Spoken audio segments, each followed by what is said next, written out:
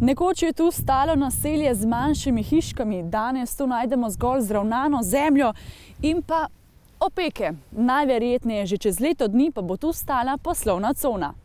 Vas polna življenja je postala mesto duhov. Rušenja hiš se s težkim srcem spominja tudi gospa Veronika, ki za zdaj še živi v Vrbini.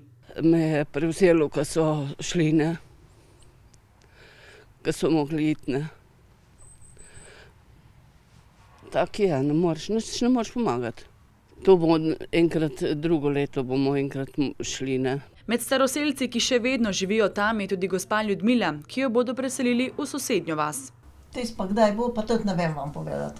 Obe sta tam že več kot 50 let, na njunem dvorišču pa bo kmalu zrasel drugi blok elektrarne. Še večji interes za zemljišča kot občina ima podjetje Gen, ki jih bo uporabilo za energetske namene. Za proizvodnjo električne energije in pa za različne servisne podporne dejavnosti elektrarnam.